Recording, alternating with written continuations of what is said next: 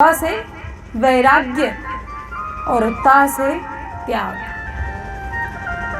इन 4 अक्षरों को जोड़ करके भागवत शब्द बनता है।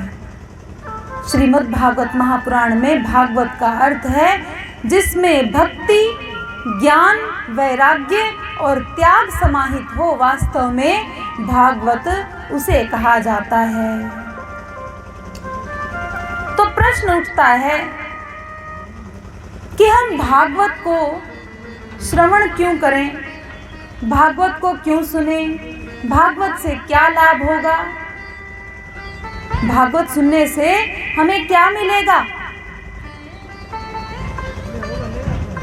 ऐसा ही प्रश्न सूत जी से शौनक आदि ऋषियों ने प्रश्न किया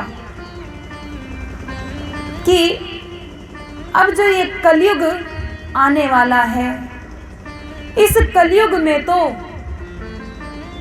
मंद भाग्य यानी कि भाग्यहीन कहा जाए तो मनुष्य कैसे होंगे, मंद भाग्य होगा, बुद्धि भी कैसी होगी, मंद होगी, मंद बुद्धि होगी, मंद भाग्य होगा और मद में ही मस्त रहने वाले मनुष्य होंगे।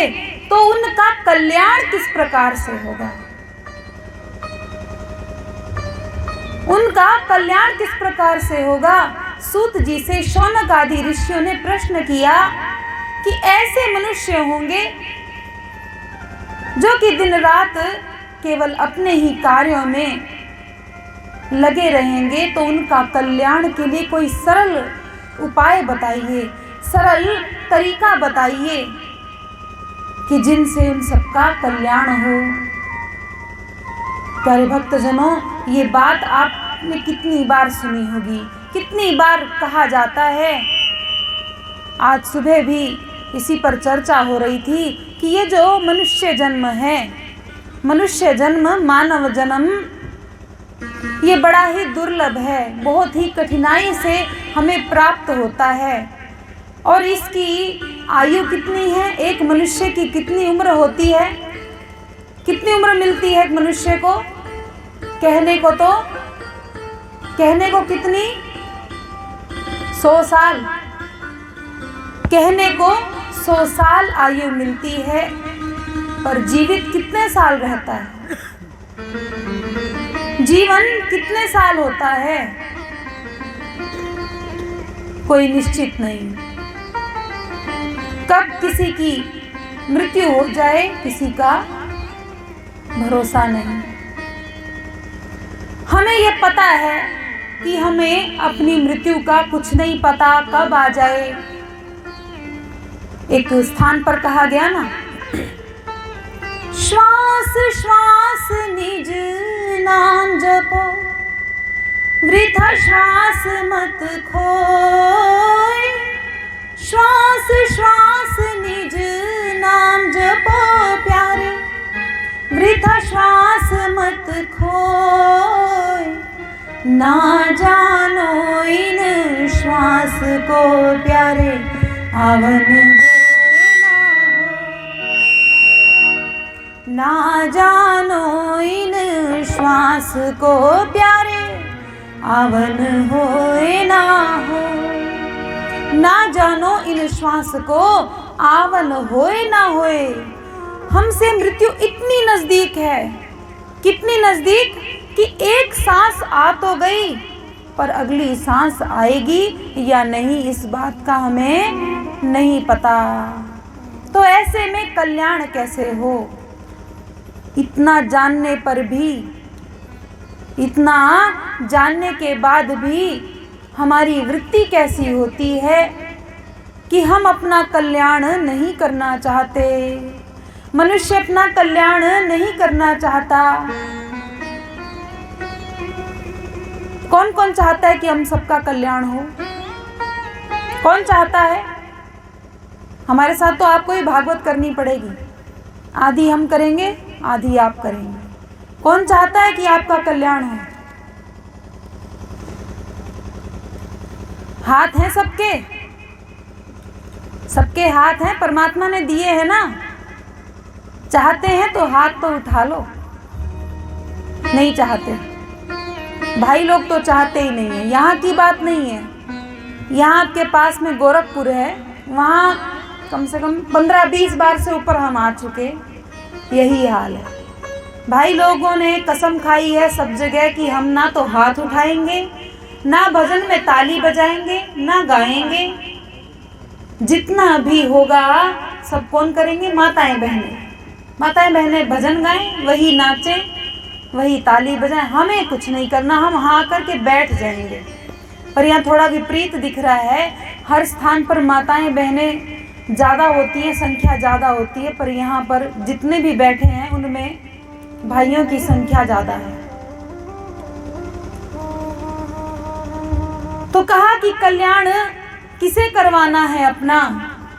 तो आज देखिए, जैसा कि हम देख रहे हैं, हाथ उठाने में भी शर्म आती है, हाथ भी नहीं उठाया जाता। ऐसे तो पूरे संसार का ही हाल है। ये कल्याण शब्द, आत्मा, कथा, ये सब हर किसी को पसंद नहीं आता। इसीलिए तो एक भजन में जैसे एक जीव की बात हो रही है, परमात्मा के साथ में एक जीव यानी कि एक आत्मा की बात हो रही है। परमात्मा कहते, मैंने तुम्हें मानव जन्म दिया, मैंने तुम्हें मानव जन्म दिया, पर तुमने गंवा दिया, तुमने उसका उपयोग नहीं किया। अब रोना नहीं, अब रोना नहीं, अब तुम्हें, क्योंकि हम पश्चाताप के लिए कहाँ भेज देंगे? नरक में भेजेंगे, क्योंकि तुमने मनुष्य जन्म का सदुपयोग नहीं किया। अब तुम्हें कहाँ जाना पड़ेगा?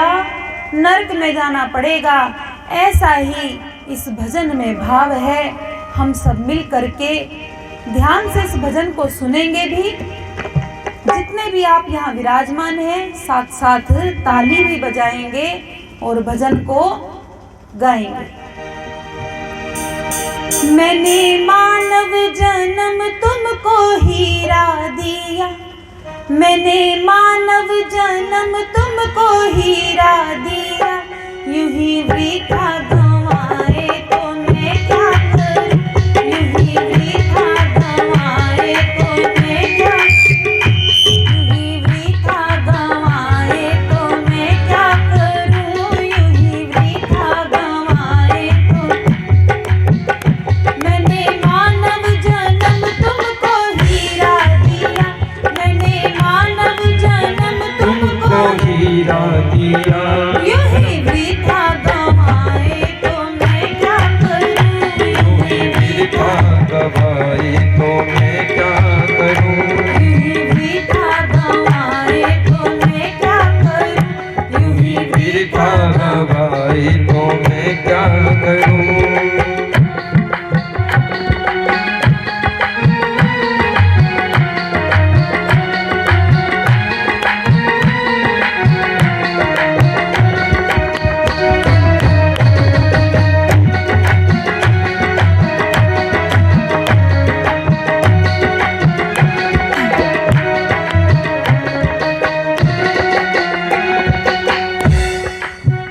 सारा भेद वेदों में बता ही दिया, सारा भेद वेदों में बता ही दिया, अपने मिलने का मार्ग पता भी दिया, अपने मिलने का मार्ग बता ही दिया।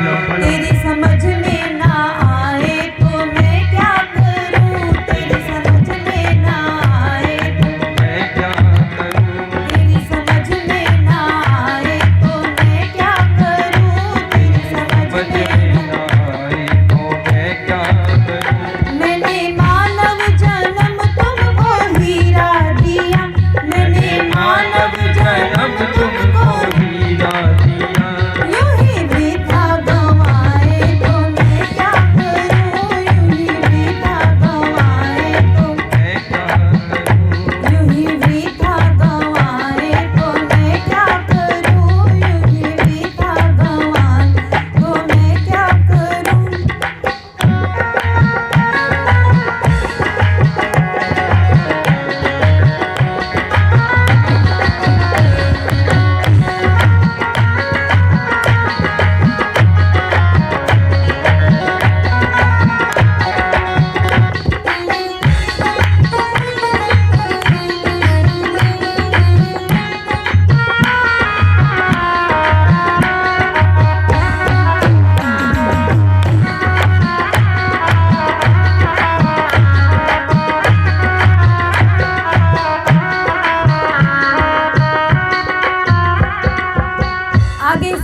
कहते हैं, तुम्हारे भोजन के लिए, मनुष्यों से कह रहे हैं भगवान परमात्मा कहते हैं, तुम्हारे भोजन करने के लिए मैंने क्या क्या दिया?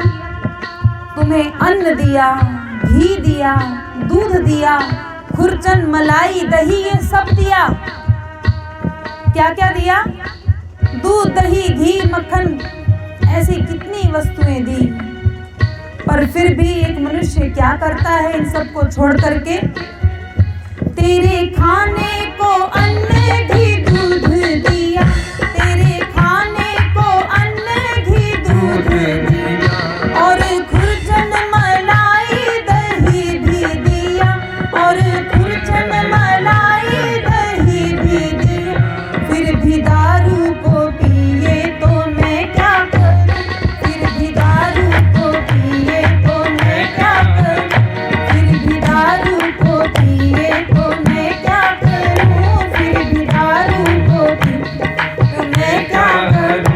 मैंने मानव जन्म तुमको हीरा दिया, मैंने मानव जन्म तुमको हीरा दिया, यूं ही वृथा गंवाए तो मैं क्या करूं?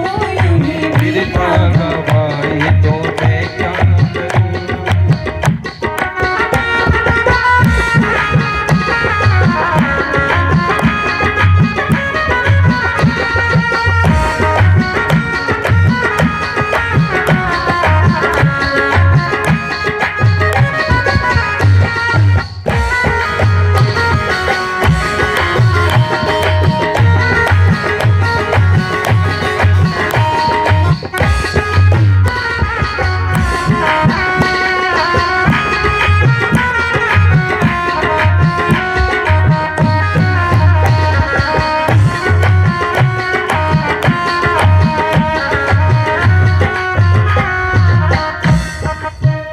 तेरे खाने को मेवा मिठाई दिया, तेरे खाने को मेवा मिठाई दिया, खट्टे मीठे चटपटे पकवान दिया, खट्टे मीठे चटपटे पकवान दिया। फिर भी अंडे गोश्त खाए तो मैं क्या करूं? फिर भी अंडे गोश्त खाए तो मैं क्या करूं? फिर भी अंडे गोश्त खाए तो मैं क्या करूं? मैंने मानव जन्म तुमको हीरा दिया, मैंने मानव जन्म तुमको हीरा दिया, यूं ही वृथा गंवाए तो मैं क्या करूं? यूं ही वृथा गंवाए तो मैं क्या करूं? यूं ही वृथा गंवाए तो मैं क्या करूं? यूं ही वृथा गंवाए, यूं ही वृथा गंवाए तो मैं क्या करूं? यूं ही वृथा गंवाए तो क्या करूं? यूं ही वृथा गंवाए तो मैं क्या करूं? यूं ही वृथा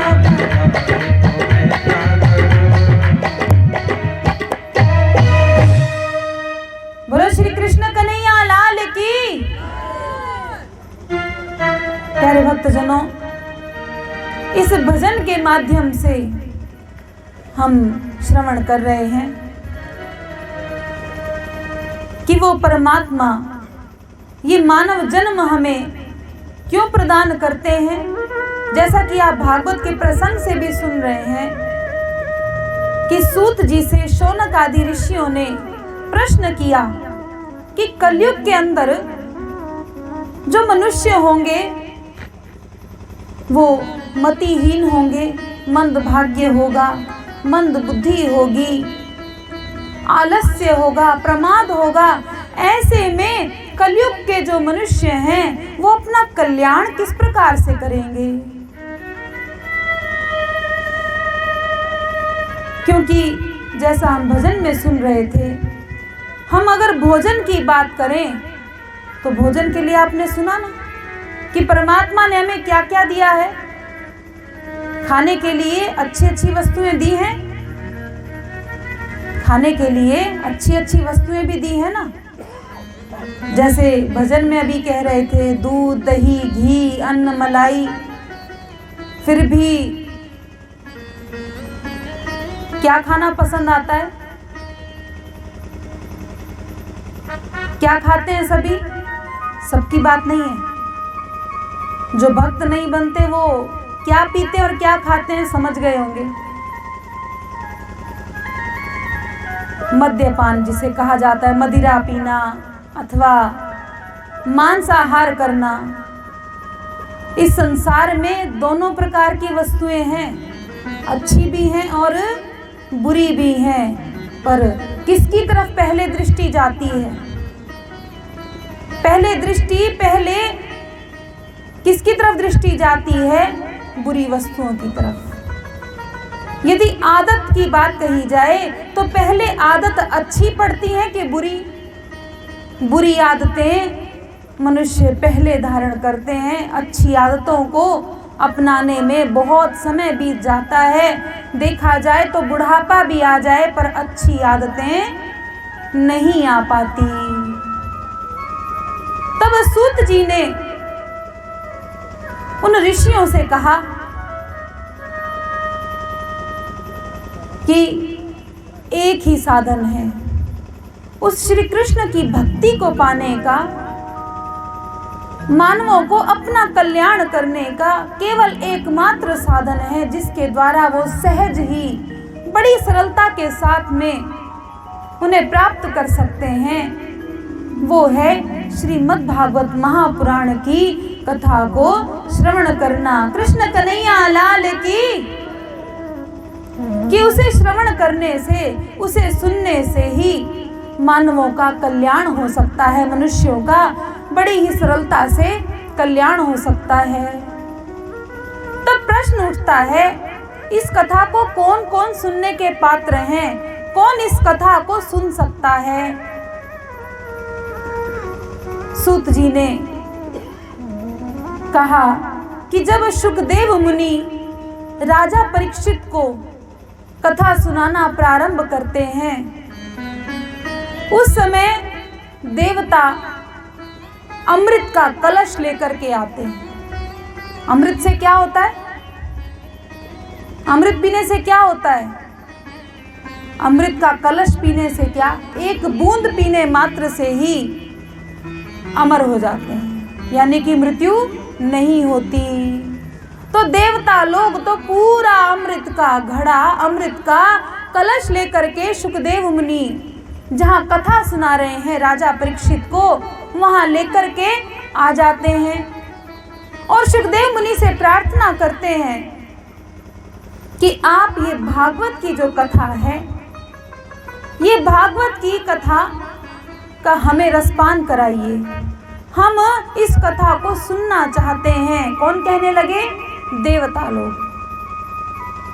और राजा परीक्षित जिनकी 7वें दिन मृत्यु होने वाली है, हम उनके लिए अमृत का कलश लेकर के आए हैं, आप इन्हें ये अमृत का पान करवा दीजिए। तो इस प्रकार से दोनों काम हो जाएंगे, इनकी मृत्यु नहीं होगी और हमें कथा का रस मिल जाएगा। ऐसा देवताओं ने सुखदेव मुनि से कहा। तब सुखदेव मुनि ने कहा कि तुम कथा की तुलना इस अमृत से कर रहे हो। इस कथा का जो अमृत है और ये जो तुम अमृत का कलश लेकर के आए हो, इनकी आपस में कोई तुलना नहीं। और ये जो कथा है भागवत की कथा, क्या कहा? ध्यान से सुनना। देवताओं से कहा कि तुम इस कथा को सुनने के पात्र नहीं हो। क्यों? देवता क्यों नहीं है पात्र? आप सभी देवी देवताओं को मानते हैं ना, पूजा करते हैं ना, उनकी जाग रहे हैं ना सभी। कृष्ण कन्हैया लाल की। देवी देवताओं की पूजा करते हैं ना? हाँ के ना? कोई नहीं करते ही नहीं। यहाँ सब प्रणामी बैठे हैं कि कोई भक्त भी आए हैं।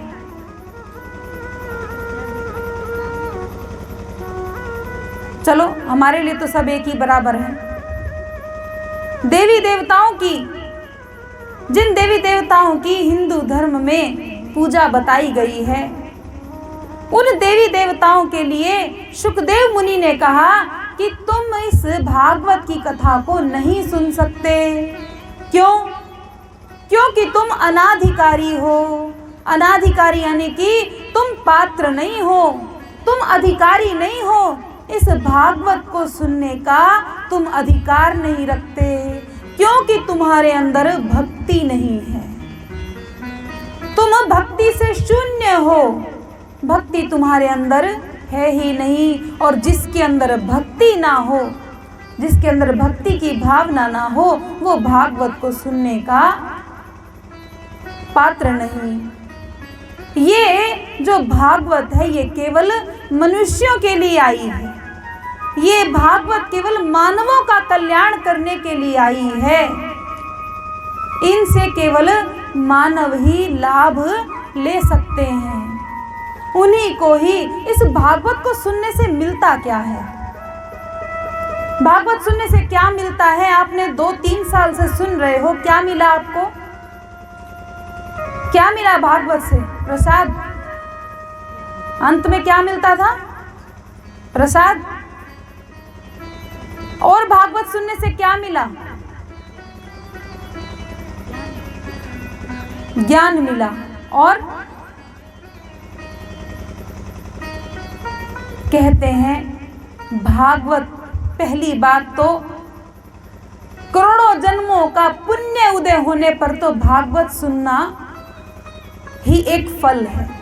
भागवत सुनने मिल जाए यानी कि करोड़ों जन्मों का हमारा जो पुण्य उदय हुआ, तब जाकर के हम इतने पात्र बन गए कि हम भागवत को सुन सकते हैं, जिन्हें देवता भी नहीं सुन सकते। स्वर्ग में रहने वाले देवता भी जिस भागवत को नहीं सुन सकते, वो भी अपना अमृत का कलश लेकर के चले गए। ऐसी कथा को, ऐसी भागवत को हम आप अपने ही द्वारों पे बैठ करके सुन सकते हैं। आज दूर कहीं किसी तीर्थ स्थल पर जा करके भागवत नहीं सुननी पड़ती। आज तो हर शहर में, हर गांव में थोड़ी थोड़ी दूरी पर ही देखो भागवत की कथा होती हैं। पर लाभ लेने वाले के ऊपर है कि लाभ कौन लेता है। इस कानों से हम सुनते तो हैं, पर हमें मिला क्या?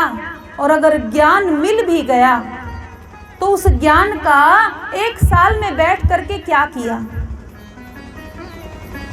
हम कहते ना हमने भागवत सुनी, ज्ञान सुना, तो बैठ करके किया क्या उस ज्ञान का? कुछ मंथन किया? कहते हैं कि कथा में आकर के कोई भी बैठ सकता है, कोई भी किसी गांव शहर से आकर के कथा में बैठ सकते हैं। पर महत्व की बात तो ये है कि कथा में आकर के हम तो बैठ गए, पर कथा हमारे अंदर कितनी बैठी? हमारे अंदर कथा कितनी बैठी? कितना हमने उसे ग्रहण किया? कितना हम उसको ग्रहण करके उन वचनों पर चलने लगे? बात तो ये है। इसे कहते हैं लाभ। सुनने भर से लाभ नहीं होगा। ध्यान देना। हम सोचे अरे हमने तो भागवत 10 सुन ली, हम तो बचपन से सुनते ही आ रहे हैं भागवत। प्यारे भक्तजनों, केवल भागवत सुनने पर से कोई लाभ नहीं होगा जब तक उस पर चलना प्रारंभ नहीं करोगे। जब तक उसमें क्या कहा गया है उन बातों को ग्रहण नहीं करोगे, उस पर नहीं चलोगे, तब तक भागवत सुनने से कोई लाभ नहीं है। पर इसमें एक सबसे बड़ा लाभ कहा गया कि भागवत सुनने से मुक्ति मिलती है। मुक्ति किसे कहते हैं? मोक्ष किसे कहते हैं? मोक्ष क्या है? मोक्ष मिलता कैसे है? भागवत सुनने से मुक्ति मिल गई। आप 7वें दिन सुनेंगे कि राजा परीक्षित का मोक्ष, राजा परीक्षित को मुक्ति मिल गई। किस प्रकार से मुक्ति मिली?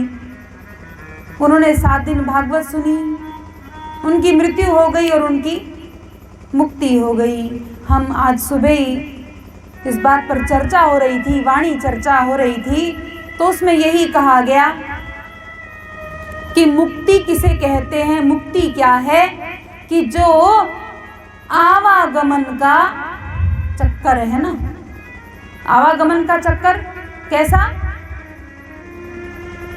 बार बार जन्म लेना पड़ता है, बार बार मृत्यु होती है, फिर जन्म होता है, फिर मृत्यु होती है। एक आत्मा को इसी में बार बार भटकना पड़ता है। 84 लाख योनियां भुगतने के बाद में मनुष्य जन्म मिलता है, पर फिर भी पुनरपि जन्मम पुनरपि मरणम पुनरपि जननी जठरे शयनम। क्या कहते हैं? बार बार जन्म लेना, बार बार मृत्यु होना कितना कष्ट होता है। जब जन्म होता है तब प्रसव पीड़ा होती है, माता को तो दर्द होता ही है, माता तो सहन करती है उस दर्द को, पर उससे भी अधिक वो जो बालक बाहर आ रहा है उसे उससे भी अधिक दर्द होता है। कहते हैं कि हजारों बिच्छुओं के काटने जितना, एक बिच्छू काट ले तो देखा होगा आपने कैसे तड़पता है एक व्यक्ति, बिच्छू काट ले। कहते हैं कि सांप का काटा सोए, बिच्छू का काटा रोए। उसे इतनी तड़पन होती है कि वो रोने लगता है, बहुत तेज चिल्ला चिल्ला करके रोता है जिससे बिच्छू काट ले। तो हजारों बिच्छुओं के काटने जितना उस समय दर्द, उस समय पीड़ा होती है जब एक बालक माता के गर्भ से जन्म लेता है। कष्टदायी हुआ। जब माता के गर्भ में रहता है तब भी उससे बड़ा नर्क नहीं कहा गया, माता के गर्भ से बड़ा नर्क नहीं कहा गया, क्योंकि छोटे से स्थान पर औंधे मुंह लटका रहता है वो, और आसपास क्या होता है? उसके आसपास किसका घेराव होता है? मलमूत्र रक्त का। मलमूत्र रक्त, छोटे छोटे जीव जो पेट के अंदर, उदर के अंदर होते हैं, वो उसे काटते रहते हैं। उसके अंदर वो 9 महीने तक उल्टा लटका रहता है और बार बार प्रार्थना करता है, हे परमात्मा इस नर्क से बाहर निकाल, हे परमात्मा इस नर्क से बाहर निकाल, मैं तुझे कभी नहीं भूलूंगा, मैं तुझे हमेशा याद रखूंगा, मैं इस नर्क में फिर नहीं आना चाहता, मुझे इससे बाहर निकाल, बाहर निकाल।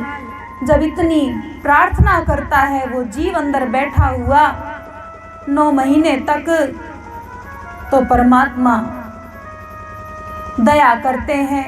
9 महीने व्यतीत होने पर जब वो गर्भ से बाहर आता है, तब हमारे गुरुजी कहा करते थे कि जैसे ही गर्भ से शिशु जन्म लेता है तो आते ही क्या करता है? आते ही क्या करता है? रोता है, रोता है। गर्भ से बाहर आया, जन्म लिया तो शिशु रोने लगता है। कैसे रोता है? हमारे गुरुजी कहते थे ऊआ ऊआ करके रोता है। वो ऊआ ऊआ में क्या अर्थ? हमारे गुरुजी कहते हैं उसका अर्थ हुआ, तू वहां मैं यहाँ, अब हमारा कोई संबंध नहीं, तुम अपने जहां हो वहां रहो, मैं यहाँ हूं, मुझे आनंद मिल रहा है। माता से दृष्टि मिली, मोह हो गया, पिता से दृष्टि मिली, मोह हो गया, सगे संबंधियों से दृष्टि मिली, सबके साथ में मोह का बंधन ऐसा प्रारंभ हुआ, वो ऐसा प्रारंभ हुआ कि मृत्यु आने तक उसी मोह के बंधन को वास्तविक मान करके यही मेरे सब कुछ हैं, उनसे जाकर के भी कहो कि अरे ये सब झूठे संबंध हैं, असली संबंध तो परमात्मा के साथ है। कहेंगे नहीं, ये गलत है, ये मेरे सगे संबंधी हैं, ये मेरे सब हैं, ये परमात्मा तो क्या है? आज के ज़माने में बोलते ना पार्ट टाइम जॉब करते हैं, समय मिला तब भगवान को याद कर लिया, कष्ट आया तो भगवान को याद कर लिया, बाकी हमारा उनसे कोई मतलब, कोई अर्थ नहीं रहता। तो मनुष्य इस प्रकार की वृत्ति को अपनाए रहता है, ऐसा स्वभाव हो जाता है। अभी आपने सुना कि जब से जन्म लिया और जब तक मृत्यु नहीं होती, केवल इसी में ही वो अपने आप को उलझाए रखता है। पुनरपि जननम पुनरपि मरणम पुनरपि जननी जठरे शयनम। बार बार जन्म लेता है, बार बार मरता है, केवल मनुष्य के रूप में नहीं, 84 लाख योनियों का सब में कहा गया। हर बार माता पिता होते हैं, चाहे कोई भी जीव जंतु को आप ले लो, हर बार तो जन्म होता ही है, फिर मृत्यु होती है, फिर जन्म होता है, फिर मृत्यु होती है। ऐसा करते करते करते करते कितने करोड़ों वर्ष बीतने के बाद में मनुष्य जन्म प्राप्त होता है। इसीलिए कहा कि मनुष्य जन्म मिल जाए तो इसमें अपना कल्याण कर लेना चाहिए, अपनी आत्मा का इस समय कल्याण कर लेना चाहिए। तब कहते हैं कि कल्याण करें तो कैसे, कैसे होगा कल्याण? तब कहा भज गोविंदम भज गोविंदम गोविंदम भज मूढ़मते। अरे अगर अपना कल्याण करना है तो उस गोविंद को भज, उस गोविंद को, श्री कृष्ण को याद कर। कोट पाप नस जात एक कृष्ण नाम गाए से, करोड़ों पापों का शमन हो जाता है, करोड़ों पापों का शमन हो जाता है, नष्ट हो जाता है एक बार कृष्ण नाम ले लेने से, एक बार राधा जी का नाम ले लेने से। तो भक्तजनों क्या विचार किया? उनको याद करना है कि नहीं?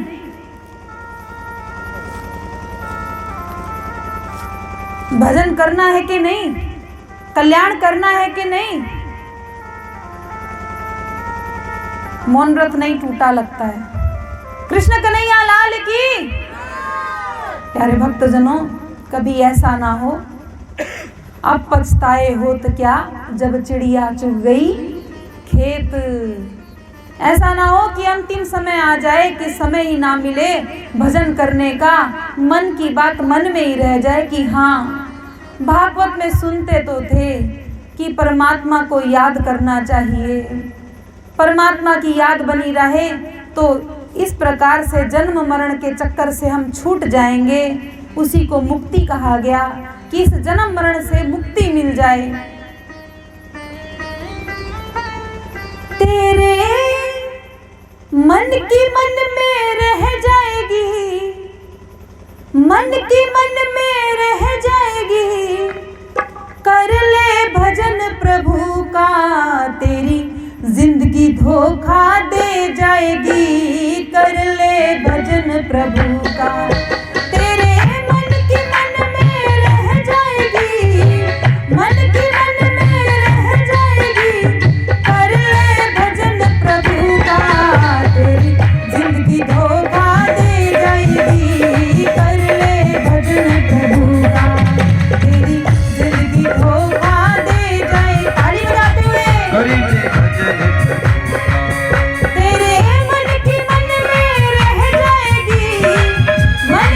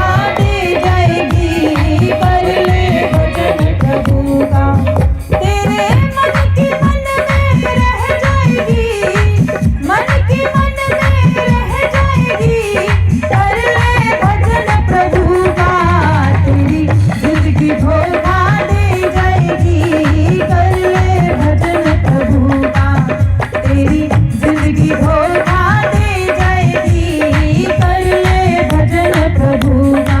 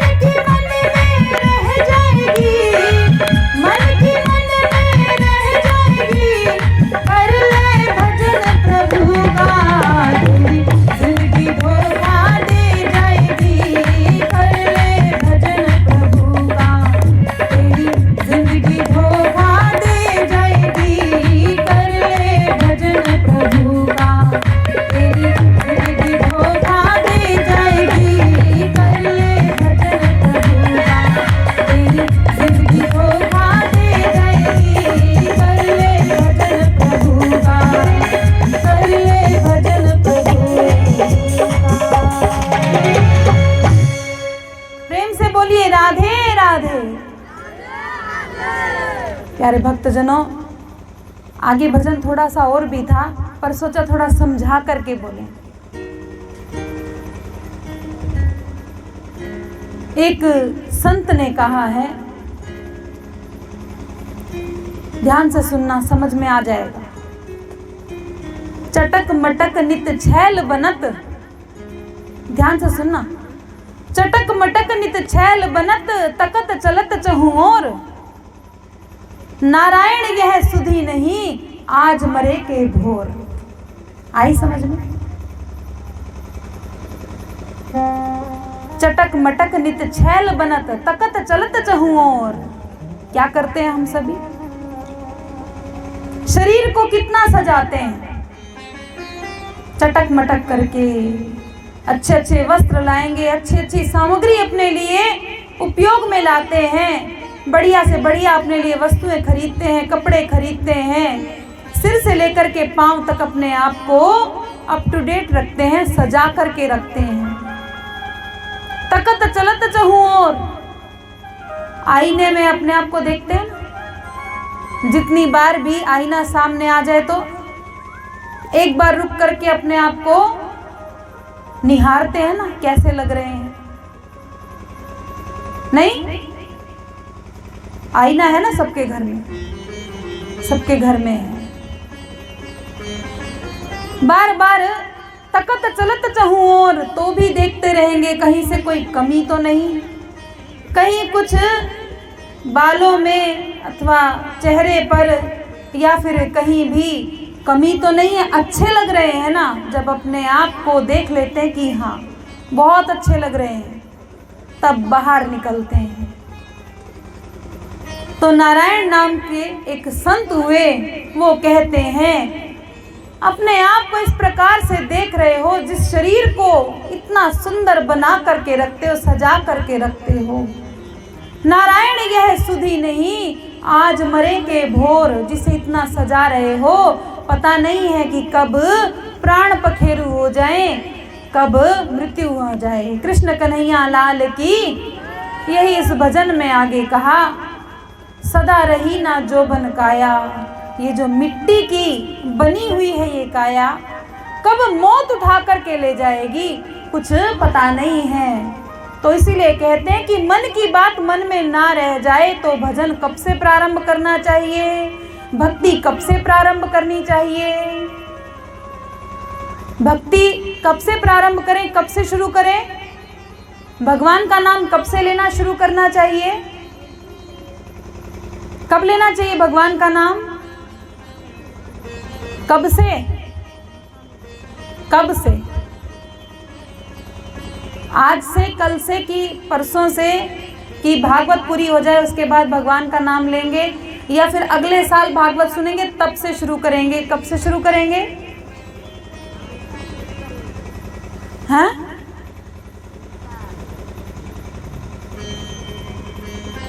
अभी भी मौन व्रत है, शायद कल टूट जाएगा, 1-2 का टूट गया, कल तक सबका टूट जाएगा। भजन कब से प्रारंभ करना चाहिए?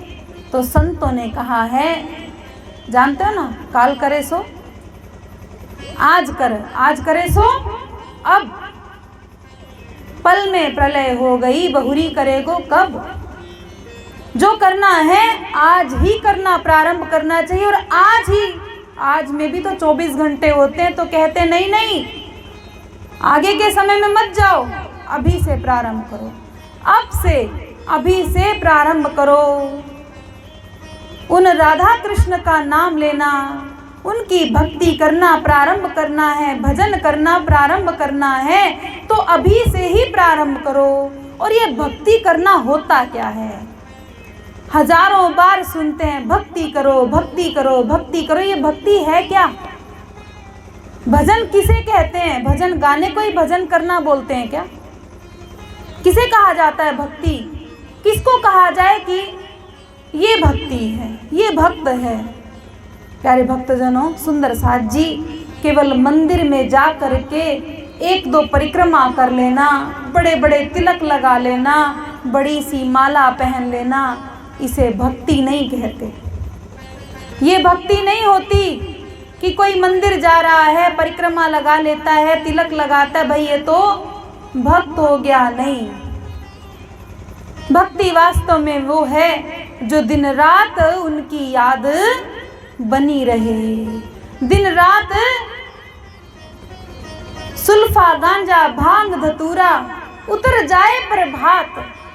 जो नशा करते हैं ना वो जानते होंगे। अब ये नहीं पूछेंगे कौन कौन नशा करते हैं, ये पूछेंगे तो जो ना हाथ लगाए, हाथ उठाए, उनको ये देख रहे हैं, और जो हाथ उठा लेंगे तो उनकी क्या होगी?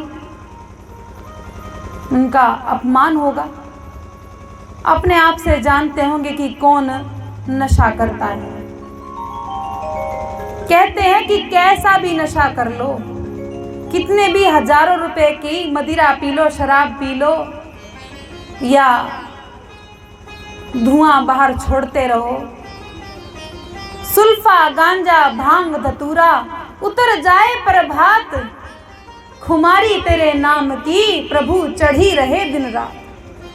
खुमारी जिसे कहा जाता है, वास्तव में नशा तो वो है, नशा तो उसे कहा जाता है जो एक बार कर लिया जाए फिर कभी ना उतरे। नशा तो उसे कहते हैं, वो तो बिना मोल का नशा है, इसमें तो पैसे दे करके आने पड़ते हैं। कितना पैसा खर्च, इतना पैसा खर्च हो जाता है कि घर तक भी बिक जाए पर नशा नहीं छूटता। तो ये भक्ति इसे कहा जाता है। जब दिन रात उनका नाम याद रहे, दिन रात उन्हीं का हम स्मरण करते रहें, हम जो भी कार्य करें, जो भी हमारा काम हो तो हमारा समर्पित हो जाए परमात्मा को, उसे कहा जाता है कि ये है भक्ति। ऐसा ही प्रसंग भागवत के अंतर्गत आता है कि इससे पूर्व तो जब हम अभी बता रहे थे आपको कि राजा परीक्षित के मोक्ष की बात चल रही है, राजा परीक्षित को जब मुक्ति मिली तो ब्रह्मा जी ने ब्रह्मलोक में बड़ा आश्चर्य किया कि अरे ये क्या हुआ। भागवत को सुन करके मुक्ति मिल गई। इतने वेद शास्त्र हैं, क्या भागवत उनसे अधिक महत्व वाली है क्या? तब एक तरफ तो सभी शास्त्र रख दिए तराजू में ब्रह्मा जी ने, और एक तरफ एक पलड़े में रख दिया भागवत को। तो पलड़ा भारी हो गया भागवत का और वेद शास्त्र सब हल्के पड़ गए। आप कहेंगे कि भागवत में ऐसा क्या है जो वेद शास्त्रों में नहीं? क्योंकि आपने सुना होगा कि जितने भी वेद शास्त्र हैं, वेद कितने हैं? वेद कितने हैं? 4 वेद हैं। शास्त्र कितने हैं? 6 शास्त्र हैं। और पुराण कितने हैं? पुराण कितने हैं? 17। 18वां तो भागवत महापुराण हुआ ना, 17 पुराण हैं। तो इन सब में क्या कुछ नहीं है जो सब भागवत के अंदर है? क्या ये महत्व वाले नहीं? तो कहते हैं जैसे आम का पेड़ होता है ना, आम का पेड़ देखा है सबने? आम का पेड़ देखा है? हाँ जी, देखा ही होगा, क्यों नहीं। सब यहाँ पर खेती करने वाले हैं, किसान भाई बंधु हैं, और सब जगह पेड़ आदि तो लगे ही हैं। तो आम का जो पेड़ होता है ना, आम के पेड़ का जो तना होता है उसे क्या कहते हैं? ये किसका तना है? किसका तना बोलते हैं? किसका तना? आम के पेड़ का तना। क्या कहेंगे? आम के पेड़ का तना। और जो डालियां हैं वो क्या कहेंगे? किसकी हैं? ये आम के पेड़ की क्या है? डालियां हैं। और जो पत्ते होते हैं वो किसके कहेंगे? आम के पत्ते। किसके पत्ते हैं? आम के पत्ते हैं। और जो फल होता है उसे क्या कहेंगे? ये कौन सा फल है? और जो गुठली होती है उसे क्या कहेंगे? क्या कहेंगे? किसकी गुठली है? और जो छिलका होता है उसे क्या कहेंगे? तो आम क्या है? तो आम क्या है? आम के पेड़ का तना, आम के पेड़ की डाली, आम के पत्ते, आम का फल, आम की गुठली, आम के छिलके। तो आम क्या है? वो जो रस भरा होता है ना, जो गुठली और छिलका, इनके बीच का जो भाग है ना, जो रस भरा हुआ है, उसे कहा जाता है, उसे कहा जाता है आम। उससे जुड़ी हुई कितनी वस्तुएं हो गई? जड़ हो गई, तना हो गया, डालियां हो गई, पत्ते हो गए, गुठली हो गई, छिलके हो गए, पर जुड़ा हुआ किससे है? उसका महत्व वाला भाग कौन सा है?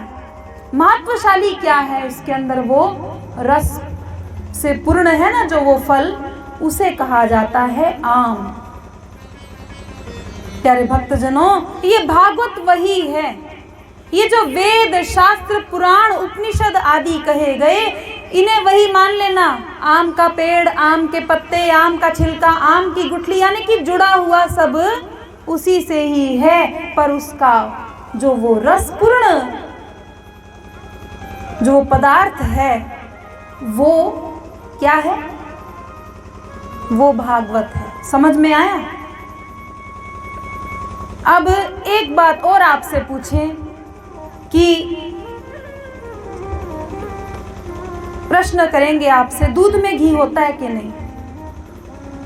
दूध में घी होता है? दूध में घी होता है? दूध से कोई घी निकाल सकता है? दूध में घी छुपा हुआ है, पर दूध में से कोई घी निकाल सकता है? क्यों? क्यों नहीं निकाल सकते? क्योंकि उसका एक तरीका होता है। कितना बड़ा तरीका है, सबको घी निकालना आता होगा, माताओं बहनों को तो आता ही है। कैसे?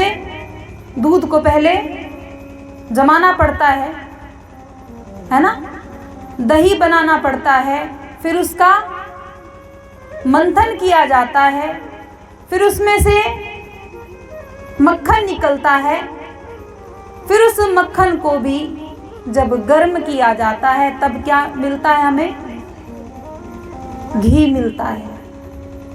यानी कि दूध में घी तो छुपा है। वेद शास्त्रों में, पुराणों में बात तो कही गई, पर उसमें से निकाल कोई नहीं सका। उसको निकालने का एक तरीका, उसको निकालने का ढंग किसी को नहीं आया। दूध में घी छुपा है, वैसे ही वेद शास्त्रों में भी परमात्मा के बारे में कहा तो गया, पर कोई बता नहीं सका। तब जा करके ये घी के समान भागवत आई। दूध कितने समय तक ठीक रह सकता है? 1 दिन, 2 दिन, दही 4-5 दिन, मक्खन भी कुछ ही दिन ठीक रहता है, पर जो घी होता है वो कितने समय तक रहता है? घी कितने सालों तक ठीक रहता है, पता है? घी कब तक ठीक रहता है? 100 साल तक भी ठीक रहता है, यदि वो जो गाय हैं उसे अच्छी तरह से ऑर्गेनिक, जो बोलते हैं ना कि ये खाद वाला, जो आजकल की केमिकल वाली खाद है, वैसा घास ना खिलाया गया हो, बढ़िया बढ़िया खिलाया गया हो गाय को, तब वो जो दूध दे, उससे जो घी निकले तो 100 सालों तक भी घी खराब नहीं होता।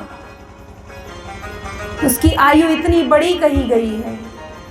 तो प्यारे भक्तजनों, आपको 2 उदाहरण देकर के बताया कि भागवत का ही महत्व क्यों कहा गया। ब्रह्मा जी तो विस्मित हो गए कि अरे ये क्या हुआ, वेद शास्त्र इतने अधिक हैं, इतना ज्ञान उनमें भरा हुआ है, 1-1 करोड़ श्लोक हैं एक वेद में, तो भी वो किसी काम के नहीं। भागवत से मुक्ति हो गई।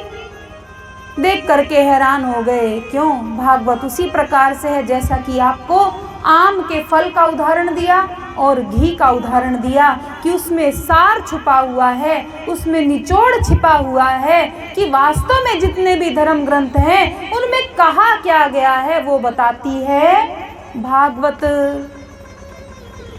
यहाँ एक प्रसंग आता है कि नारद मुनि भ्रमण कर रहे हैं, परिक्रमा कर रहे हैं, घूम रहे हैं पूरे संसार में, क्योंकि मृत्यु लोक का बहुत ही महत्व सुना। और मृत्यु लोक में महत्व का क्या है? कलयुग। सतयुग, त्रेता, द्वापर से भी अधिक महत्व वाला कलयुग कहा गया। क्यों? कलयुग केवल नाम आधारा, सुमिर सुमिर नर उतरहि पारा। कलयुग केवल नाम आधारा, सुमिर सुमिर नर उतरहि पारा। ये कहा गया कलयुग केवल नाम आधारा, सुमिर सुमिर नर उतरहि पारा। कलयुग तो सतयुग, त्रेता, द्वापर से भी अधिक महत्व रखता है, क्योंकि इसमें केवल नाम लेने से, कौन सा नाम? कौन सा नाम? बोलिए राधे राधे। राधे कृष्ण कहने से, राधे श्याम कहने से नर उतर ही पारा, मनुष्य को सद्गति प्राप्त हो जाती है। तो नारद मुनि ने देखा कि मृत्यु लोक की परिक्रमा की जाए, विचरण किया जाए, और वो भी कलयुग में। देखें तो जा करके कि वो जो मनुष्य हैं इतने सुंदर युग में रह रहे हैं, तो क्या उनकी दशा है? देख रहे हैं उत्तर, दक्षिण, पूर्व, पश्चिम सब स्थानों पर सब दिशाओं में भ्रमण कर लिया, तब अंत में जाते हैं वृंदावन। वृंदावन पहुंच गए। वृंदावन में देखा कि यमुना नदी के तट पर एक स्त्री जो बहुत सुंदर है, तरुण अवस्था है उसकी गोद में सिर रख करके दो पुरुष जो वृद्ध अवस्था को प्राप्त हो गए, बूढ़े हैं, वो मूर्छित अवस्था में हैं, और उन्हें देख देख करके वो जो युवती है वो रो रही है।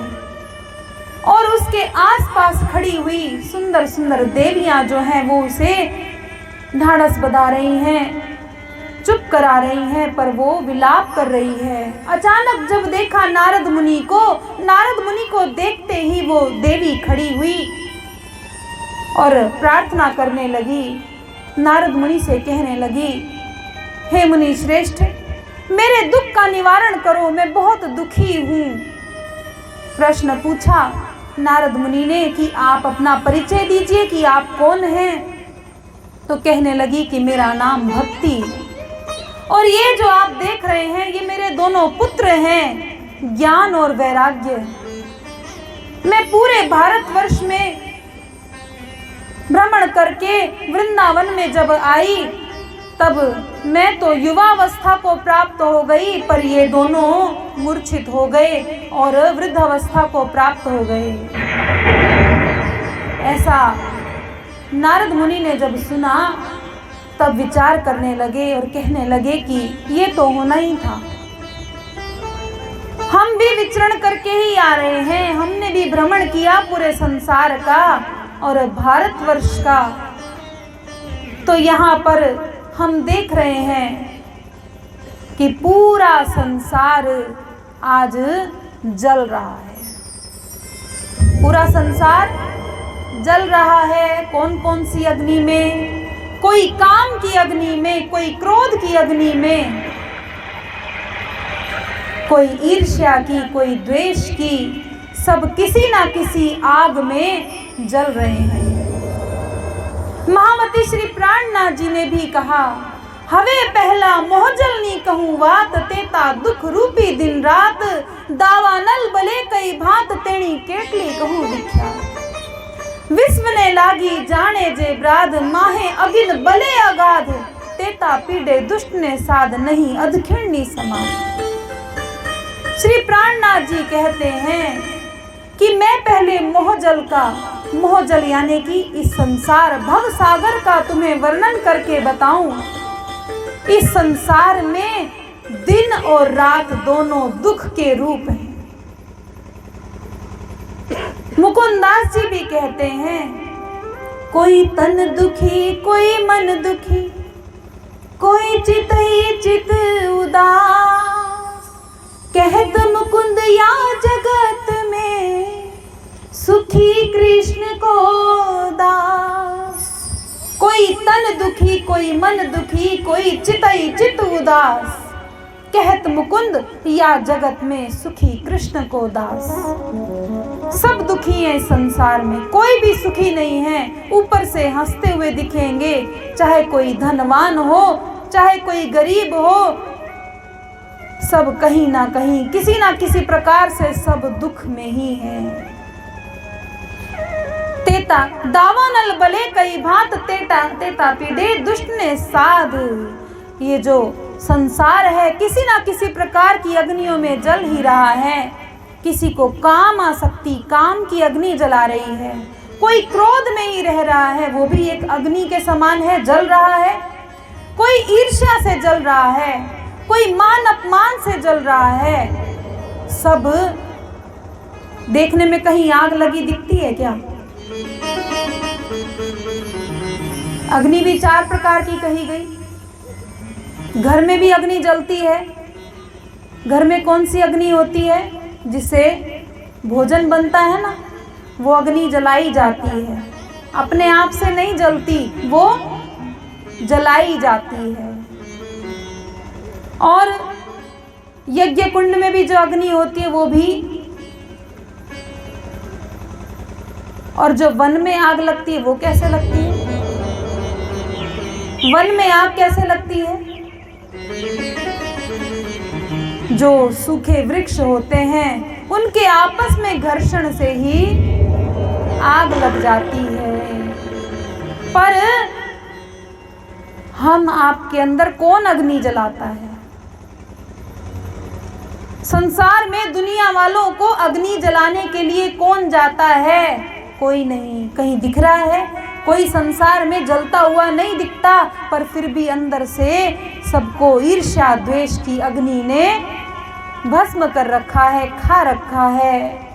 यही नारद मुनि कह रहे हैं कि ये पूरा संसार मुझे तो जलता हुआ दिखाई दे रहा है। तो इसी बात को महामती श्री प्राणनाथ जी ने भी कुरान का उदाहरण लेकर के समझाया, बताया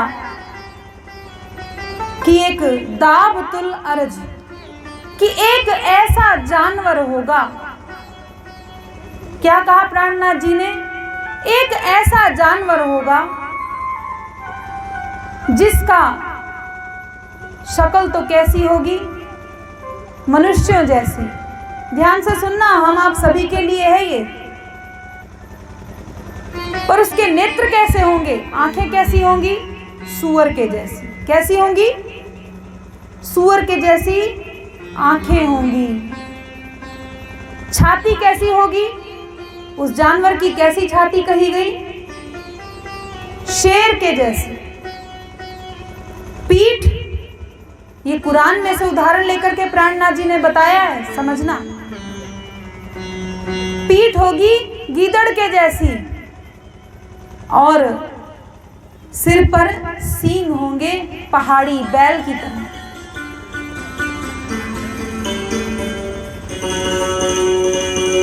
और सूरत होगी कैसी? आदमी के जैसी। तो कहते हैं कि ऐसा कोई जानवर होने वाला नहीं है, ऐसा कोई जानवर आने वाला नहीं है। प्राणनाथ जी ने कहा ये पूरा संसार ही वही है। ये आसुरी प्रवृत्तियां, ये पशु वृत्तियां जो हैं, ये आज मनुष्य के अंदर है। ये आज सभी मनुष्यों के अंदर व्याप्त हो गई है। सब संसार वाले वैसे ही हो गए हैं। सूअर की दृष्टि क्यों कही गई? सूअर का भोजन क्या होता है? सूअर का भोजन सभी जानते हैं ना, क्या होता है? विष्ठा होता है,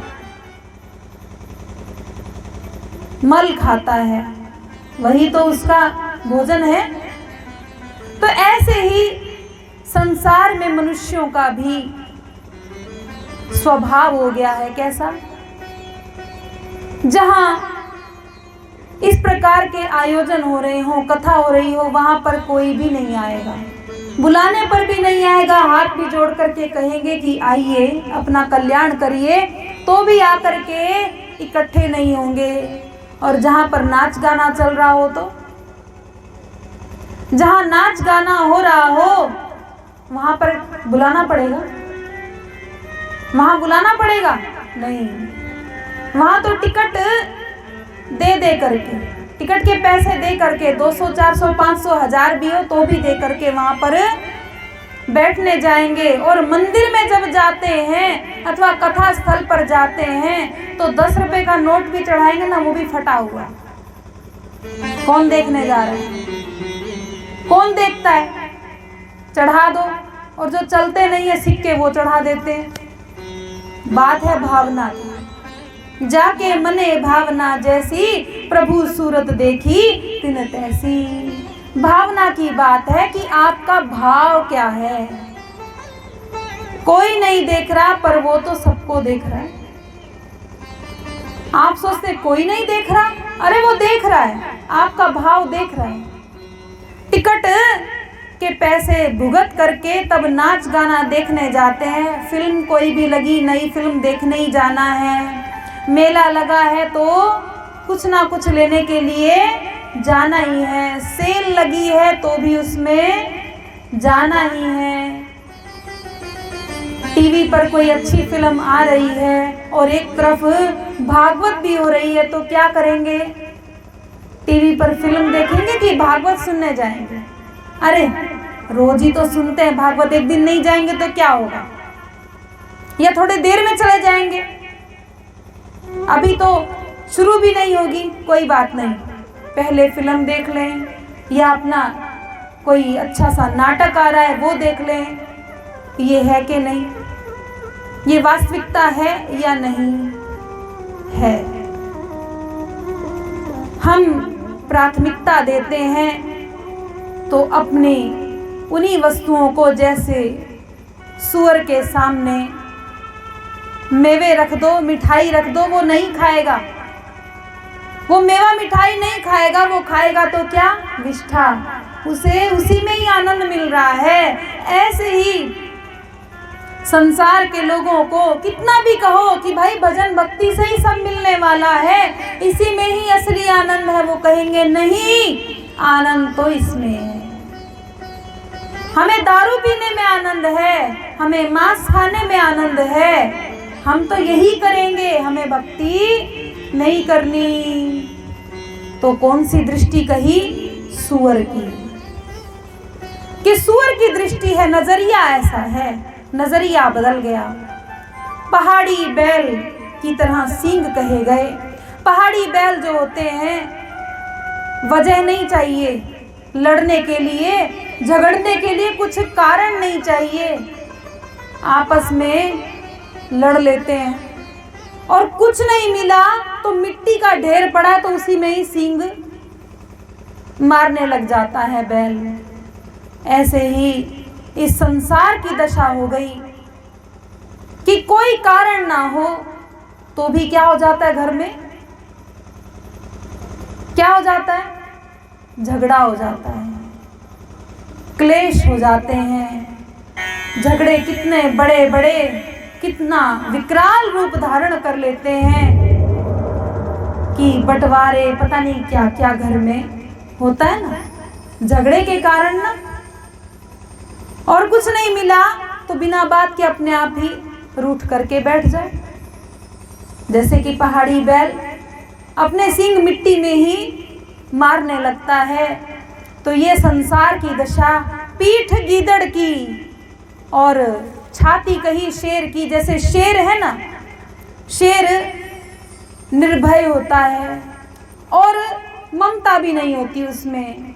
कोई कितना भी जीव उसके सामने रो रहा हो, चाहे कितना बोल रहा हो, उसे क्या, उसे तो अपना भोजन करना ही है, उसे चीर फाड़ करके खाना ही है। आज संसार के लोग भी दया ममता ये सब किसी के अंदर नहीं, दया का भाव नहीं है। दयाहीन हो करके कैसे कैसे कुकर्म कर जाते हैं।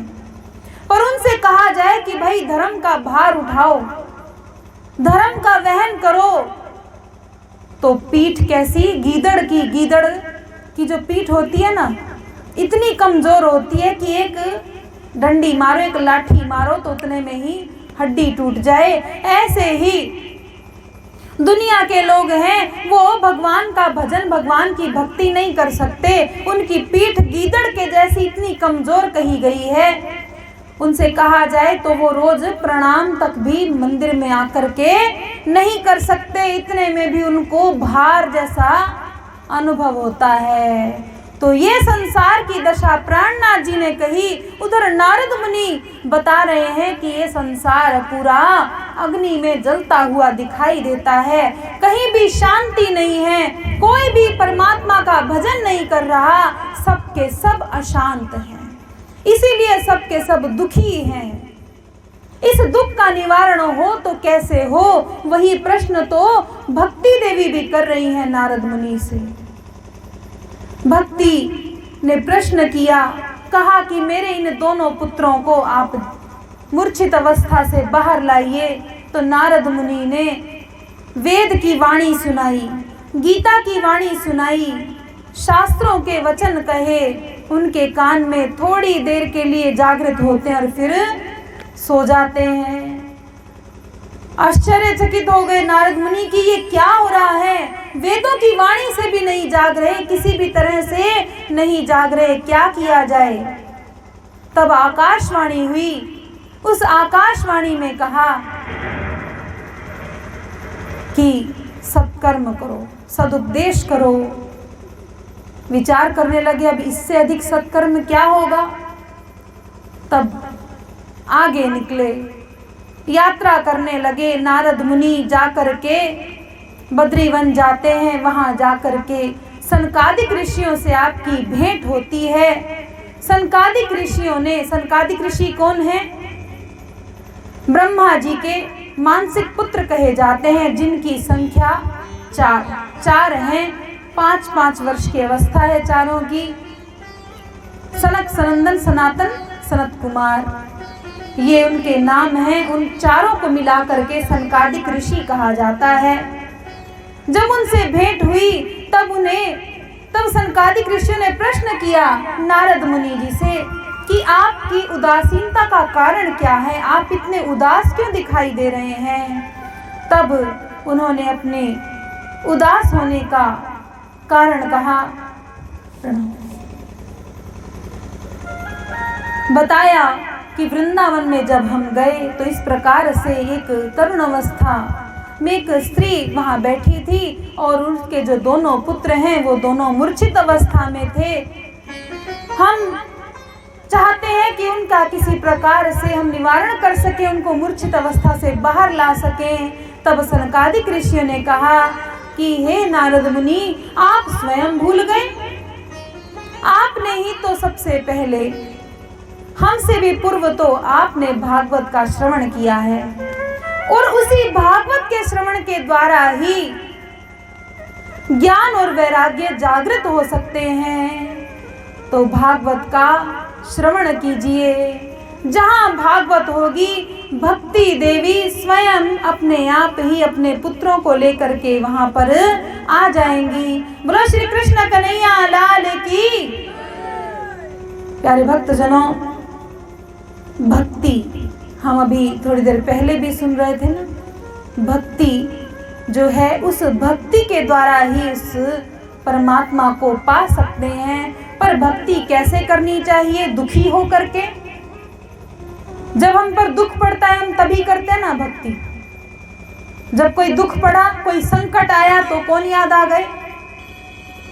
कौन याद आए? भगवान याद आ गए। और जब संकट से मुक्ति हो गई तो हम भी उनको भूल गए।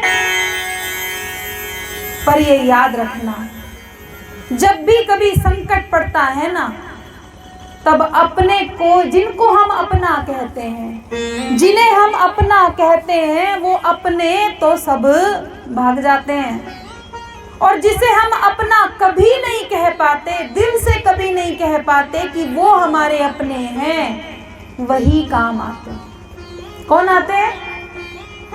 कौन आते हैं काम? वही श्याम, वो कृष्ण, जिन्हें हम अपना कभी दिल से मानते हो ना। अपना दिल से मानते हो? कहते नहीं मानते। जब कोई नहीं आता मेरा श्याम आता है, मेरे दुख के दिनों में वो बड़ा काम आता है। मेरे दुख के दिनों में वो बड़ा काम आता है। जब कोई नहीं आता मेरा श्याम आता है। जब कोई नहीं आता मेरा श्याम आता है। मेरे दुख के दिनों में वो बड़ा काम आता है। मेरे दुख के दिनों में वो बड़ा काम आता है। मेरे दुख के दिनों में वो बड़ा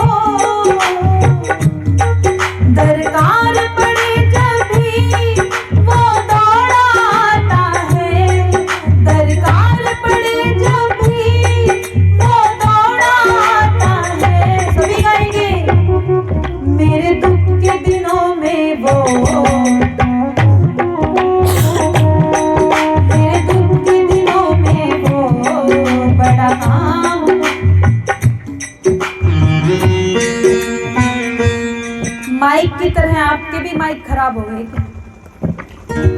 सभी बोलेंगे मेरे दुख के दिनों में वो बड़ा, आवाज तो सुने, मेरे दुख के दिनों में वो बड़ा। कभी काम नहीं आया ना, इसलिए नहीं बोल रहे, है ना? काम आए हैं कभी? वो कभी आए हैं काम? नहीं आए कि हाँ,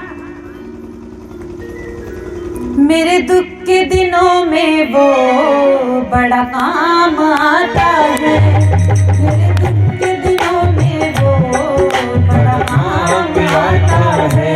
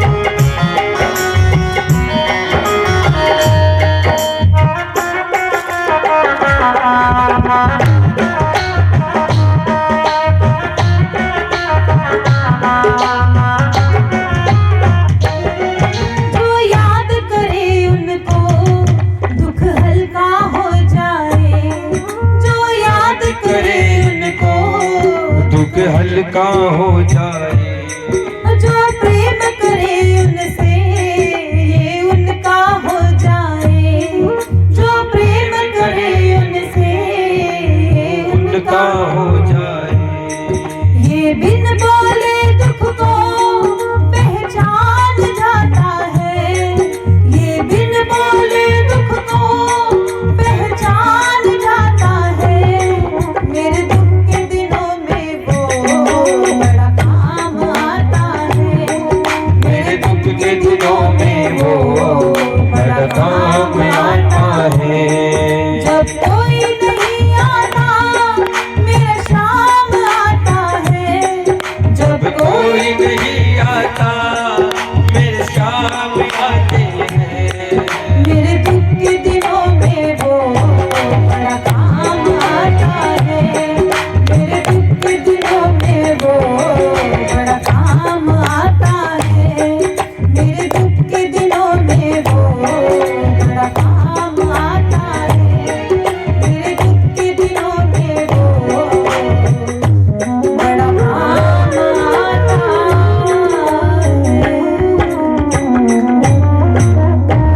बोलो श्री कृष्ण कन्हैया लाल की।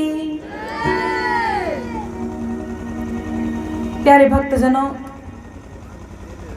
दुख के दिनों में काम आने वाले हैं तो कौन? हमारे सगे संबंधी, रिश्तेदार, सही है ना? पहले हम किसे पुकार लगाते हैं? पहले किसे पुकार लगाते हैं? क्या क्या सोचते हैं? भाई पहुंच कहाँ तक है हमारी? सबको बताते हैं हमारी पहुंच, पता है? जितने भी मंत्री हैं, मिनिस्टर हैं, सबसे जान पहचान है अपनी। तब अपने लिए संबोधन क्या होता है? अपनी। अपनी तो उनसे भी जान पहचान है। अपना तो सभी काम कर देते हैं, वो एक बार कहेंगे और आ जाएंगे, ऐसा बोलते हैं। कितना दावा करते हैं, कितना विश्वास है संसार पे, हमें कितना विश्वास है, दुनिया वालों पर कितना विश्वास है। कभी इतना विश्वास हमने परमात्मा पर नहीं किया।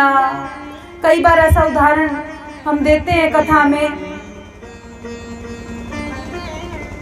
जैसे भाई लोग जाते हैं ना हजामत बनवाने के लिए, शेविंग जिसे बोलते हैं, किसके पास जाते हैं? नाई के पास में जाते हैं ना। तब उस पे विश्वास कितना करते हैं?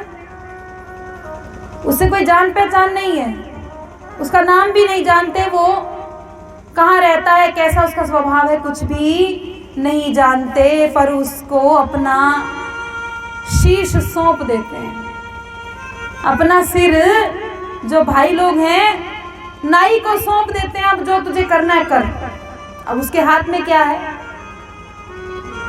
क्या होता है उसके हाथ में? उस्तरा, उस्तरा बोलते हैं ना। अब उसे चाकू कह लो, तेज धार वाला क्या होता है? चाकू होता है। अब जब आंख बंद करके कैसे लेट जाते हैं, बैठ गए, आंख बंद है, चाहे वो गर्दन काट दे, क्या कर दे? चाहे वो गर्दन काट दे, खत्म कर दे, पर बताइए वो ऐसा करेगा? वो ऐसा करेगा? क्यों? ना आप उसका स्वभाव जानते हो, ना उससे कभी मिले हो, पर इतना विश्वास, उस पर कितना विश्वास। उसका स्वभाव नहीं जानते, क्या पता पहले चोर डाकू हो और उसका मन आया और वो काट डाले तो। पर क्या है उस पर? अटूट विश्वास। कैसा विश्वास? अटूट विश्वास है कि वो ऐसा नहीं करेगा। नहीं, उसका काम है, उसका काम है कि हमारी भली प्रकार से सेवा करना। उस्तरा चला करके एक तरह से सेवा ही करता है ना आपकी, तो वो हमारी गर्दन नहीं काटेगा। हम आंख बंद करके बैठ गए हैं, लेट गए हैं, पर वो ऐसा नहीं करेगा। और थोड़ा बहुत कट मार भी दे तो उसको कोई डांटता नहीं है, कोई धमकाता नहीं है, थप्पड़ मार के कोई नहीं आता। उसको सहलाते रहेंगे, उसे कुछ नहीं कहेंगे, थोड़ा बहुत तो लग जाता है, ऐसा कह देंगे। उसके लिए इतनी दया है, उसके लिए इतना प्रेम है, उस पर इतना विश्वास है, जिसे कभी जानते नहीं, जिससे कभी बातचीत नहीं हुई, उसे अपना शीश सौंप देते हैं। पर जिसके लिए कितनी कथाएं सुनते आए हैं, बूढ़े हो गए, सत्संग सुनते रहे, भजनों में भी सुना, वो काम आता है, वो श्याम है, वो ऐसा करते हैं, वैसा करते हैं। द्रौपदी का भी उन्होंने ही चीर बढ़ाया।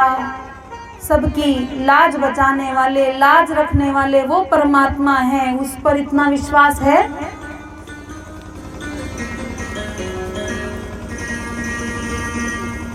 प्रश्न है आपसे, जवाब दीजिए।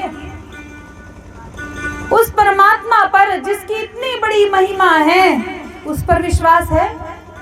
इतना विश्वास है जितना नाई पर है, उतना भी विश्वास है? नाई जितना भी विश्वास नहीं है, नाई जितना भी विश्वास नहीं है ना। अरे कुछ तो बोलो, पता तो चले, हाँ या ना।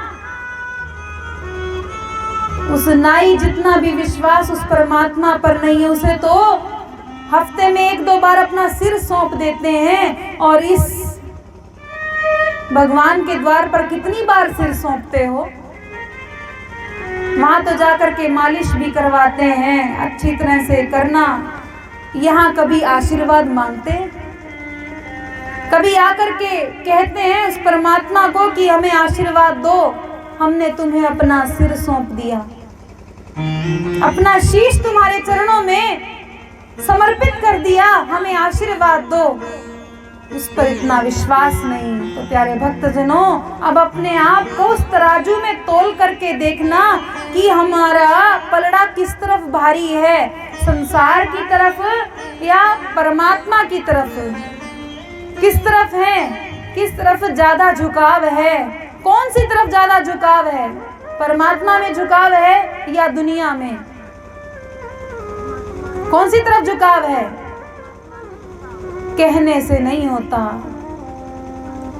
वो आचरण से पता चलता है कि वास्तव में झुकाव कहाँ है। ऐसे कितने ही उदाहरण हैं जिससे पता चलता है कि नहीं, बहुत कमी है, अभी बहुत कमियां हैं। प्यारे भक्तजनों, वो प्रसंग हमारा चल रहा है कि नारद मुनि को सनकादिक ऋषियों ने कहा कि भागवत का श्रवण, जहाँ भागवत की कथा प्रारंभ हो जाएगी तो भक्ति स्वतः ही वहां पर प्रकट हो जाएंगी। ऐसा ही हुआ।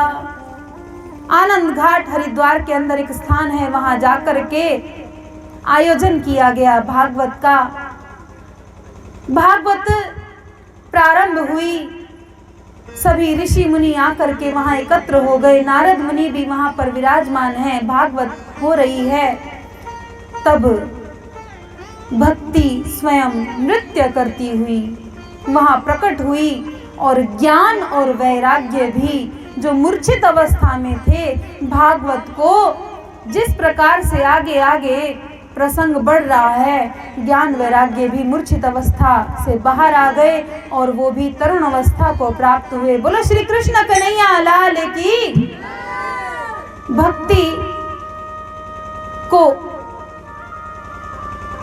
आज्ञा दी भगवान विष्णु ने। भक्ति को कहा कि तुम कहाँ पर निवास करोगी। भक्ति को निवास स्थान मिला भक्तों के हृदय में, कि भक्तों के हृदय में बैठ जाओ और ज्ञान और वैराग्य जो हैं वो हमें कहाँ प्राप्त होते हैं। वास्तव में देखा जाए तो जहाँ भक्ति होगी तो ज्ञान और वैराग्य तो वहाँ पर होगा ही। ज्ञान और वैराग्य वास्तव में क्या होता है?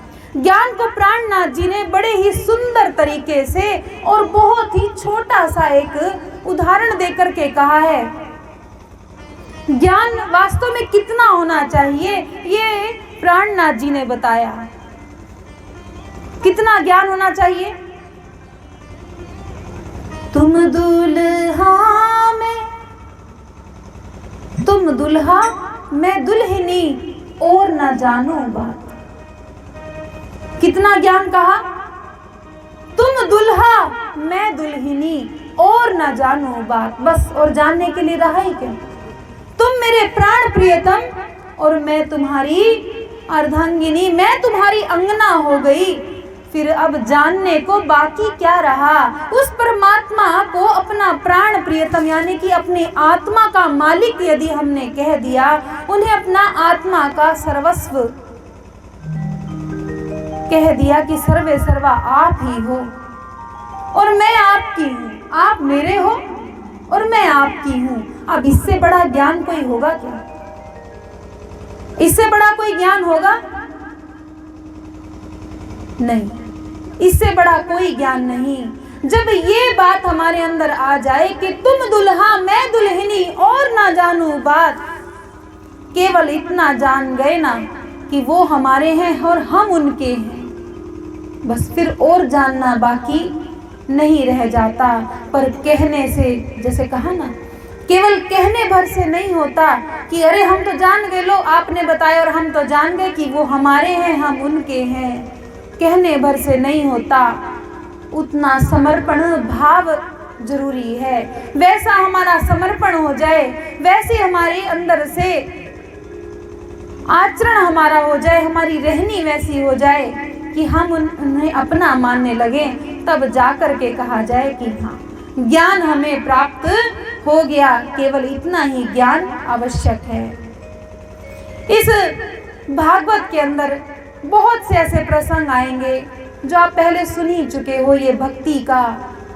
पर उनमें से हमें लेना क्या है, हमें सीखना क्या है? हमने आपसे पहले ही कहा कि पहले लक्ष्य जरूर होना चाहिए कि हम भागवत तो सुन रहे हैं पर हमारा लक्ष्य क्या है। क्या सोचा आपने? क्यों आप भागवत तो सुनने बैठे हैं? क्या लेना है भागवत में से आपको? क्या सीखना है, क्या लेना है? वो बोलते हैं तो सुनता नहीं है, बाकी बोलते ही नहीं। वो ज्ञान ही सीखने आए हैं। और क्या लक्ष्य लेकर के बैठे हो कि ये जो 7 दिन है, मुझे भागवत तो मैंने सुनी है, अब भी सुनना ही है, पर कोई लक्ष्य तो होना चाहिए ना कि मैं इसलिए सुन रही हूँ, इसलिए सुन रहा हूँ। भागवत के लिए कहा गया, एक प्रसंग आता है, ये महात्म्य चल रहा है भागवत का। भागवत का महत्व क्या है, भागवत से होता क्या है, मोक्ष मिलता है और भागवत को कौन कौन सुन सकता है, ऐसा सभी इस महात्म्य में प्रसंग आते हैं।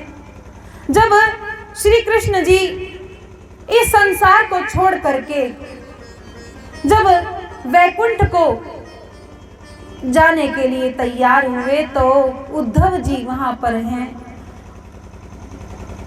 उद्धव जी ने प्रश्न किया श्री कृष्ण जी से कि जब जब इस संसार में संकट आता है तब तब आप उसका निवारण करने के लिए अवतार ग्रहण करते हो। द्वापर युग की बात है ये।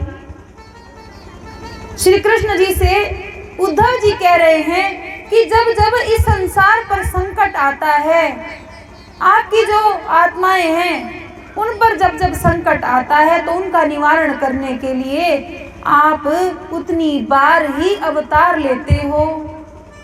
पर अब तो द्वापर का अंत चल रहा है और कलयुग प्रारंभ होने वाला है। अब तो क्या कहा जाए, हर घर में संकट ही संकट है।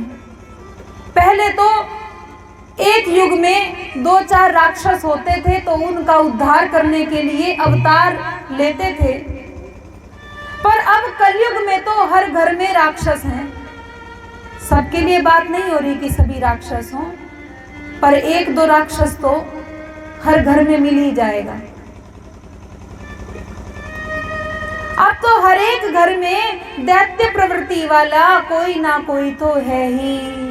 अब कितने अवतार लोगे? अच्छा प्रश्न है ना। कहते हैं प्रश्न करना भी एक कला होती है, हर किसी को प्रश्न करना भी नहीं आता। उद्धव जी ने प्रश्न किया श्री कृष्ण जी से कि कलयुग में तो हर एक घर में संकट ही संकट आने क्योंकि राक्षस हैं, उन सब का उद्धार करने के लिए कितने जन्म लोगे? अरबों खरबों की संख्या हो गई है संसार में लोगों की, हर एक घर में राक्षस बैठे हैं तो कितने जन्म, कितने अवतार? तब श्री कृष्ण चिंतन करने लगे, विचार करने लगे और कहते हैं कि उसी समय कहा श्री कृष्ण ने कि मैं इस भागवत के अंदर प्रवेश कर रहा हूं, मैं इस भागवत के अंदर प्रवेश कर रहा हूं। अब ये भागवत ही सबको तारेगी, यही सबकी तारनहार होगी। कृष्ण कन्हैया लाल की। इतने अवतार ग्रहण करना संभव नहीं है, पर जो जो इस भागवत को श्रवण करेगा वो अपने आप ही अपना उद्धार कर लेगा। इस भागवत के द्वारा सबका उद्धार संभव है। सामग्री सारी है, सामग्री सब रखी है।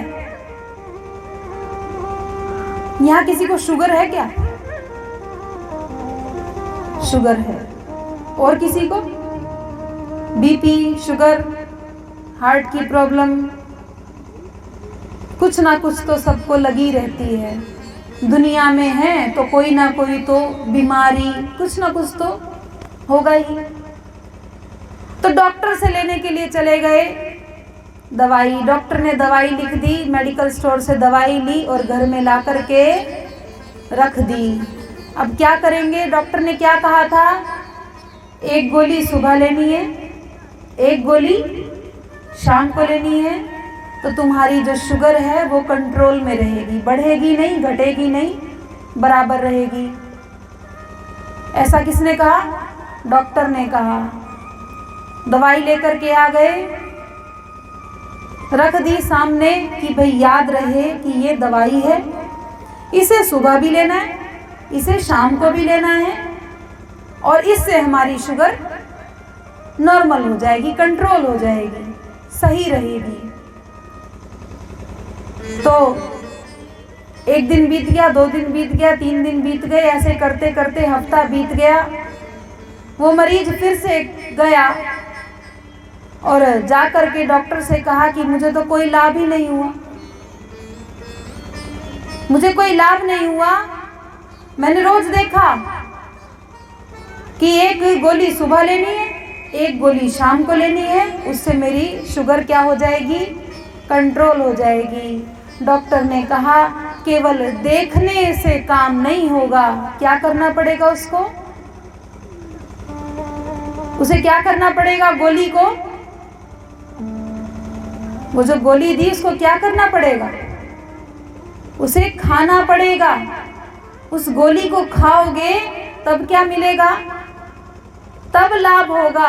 केवल देखने भर से लाभ नहीं होना कि ये शुगर की दवाई है, या फिर जो पर्चे पर लिखा है उसको पढ़ने से भी लाभ नहीं होगा, उसको ग्रहण करने से लाभ होगा। तो प्यारे भक्तजनों, केवल भागवत को सुनने भर से लाभ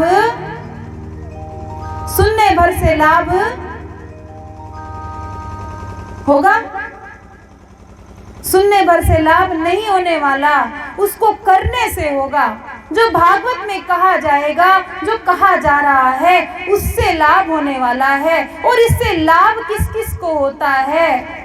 इसको तो सुनने से कहते हैं भूत प्रेत की योनियों से भी मुक्ति मिल जाती है। और हम कई गांव में जाते हैं, कथा करते हैं, भजन गाने के लिए भी जाते हैं, भागवत की कथा करने भी जाते हैं। पर हमने एक बात देखी, शहरों में इतने भूत नहीं लगते लोगों को जितने गांव में लगते हैं ना। बहुत सुना ऐसा, शहरों में नहीं लोग बोलते कि भूत लग गया, पर गांव में क्या है? अंधविश्वास है। कुछ भी बात हुई, कुछ भी हुआ तो क्या लग जाता सबको? भूत लग गए। सारे गांव में ही आकर के लगता है भूत रहते हैं, शहरों में नहीं रहते। तो प्रेत योनि, भूत योनि, इससे भी मुक्ति दिलाने वाली ये भागवत है। अभी समय होगा अपने पास, कितना समय हो गया?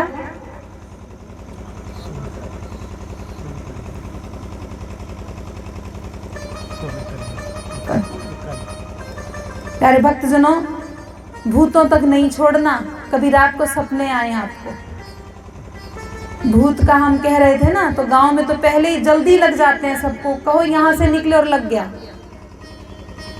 तो नाम लेते हुए जाना है, हमारा समय हो गया है, हमें नाम लेते हुए जाना है। किसका नाम लेना है? बोलो श्री कृष्ण कन्हैया लाल की। हमारा समय हो गया है, हम उन्हीं का ही भजन गाते गाते यहाँ से उठेंगे। और कल फिर से जब कथा होगी तो आपसे एक हमारी विनती है, एक हमारी विनती सुन लेना और उस पर ध्यान जरूर देना। कल से आओ तो खाली हाथ मत आना। आज देखो कुछ भी नहीं, थाली में 1 रुपया भी नहीं डाला किसी ने। डाला किसी ने भी 1 रुपया? आकर के आप प्रणाम करते हो कि नहीं? हमने ध्यान नहीं दिया किसी को कि भागवत को आकर के प्रणाम किया या नहीं किया। आकर के सीधे बैठ गए। जब भी आते हैं तो भागवत को प्रणाम किया जाता है और आकर के क्या दी जाती है? क्या दी जाती है? दक्षिणा। क्या देते हैं? दक्षिणा। और हमें भी चाहिए, हमें भी दक्षिणा चाहिए। अरे नहीं, रोज देना पड़ता है। सिनेमा देखने जाओगे जितनी बार तो टिकट के पैसे लगते हैं, जितनी बार देखोगे उतनी बार लगते हैं। यहाँ 7 दिन देखोगे तो 700 रुपये चढ़ाओ। प्यारे भक्तजनों, हम आपसे दक्षिणा नहीं मांग रहे। आपको देना हो दीजिए, नहीं देना आपकी मर्जी, वो आपके संस्कार के ऊपर है। हम आपको एक दक्षिणा के लिए बोल रहे हैं, और दक्षिणा भी हमें ऐसी चाहिए कि एक हाथ से नहीं, दोनों हाथ से चाहिए। कल से जब आओगे तो खाली हाथ मत आना। एक हाथ इधर से पकड़ के, एक हाथ उधर से पकड़ करके अपने सगे संबंधियों को, अपनी सहेलियों को, अपने सखाओं को दोनों हाथ से पकड़ करके जब लाओगे, यहाँ बिठाओगे, हमारे लिए वास्तव में वही दक्षिणा है। कृष्ण कन्हैया लाल की। लाओगे किसी को, और एक एक हाथ से नहीं, दोनों हाथों से पकड़ करके लाओ। उनसे कहो कि आकर के कथा सुनो, तुम भी कल्याण करो और आनंद लो। तो आइए आप गाओ। एक भजन गाते हुए उसी कृष्ण नाम का गुणगान करते हुए हम इस पंडाल से उठेंगे। बोलो कृष्ण कन्हैया लाल की जय। वो मैंने शाम रंग की ओढ़ी जब से सखी चुनरिया, वो हो गई बल्ले बल्ले। वो जब से दिल बच गया है मेरे घनश्याम सवरिया, वो हो गई बल्ले बल्ले। वो जब से दिल में बस गया है मेरे घनश्याम सवरिया, वो हो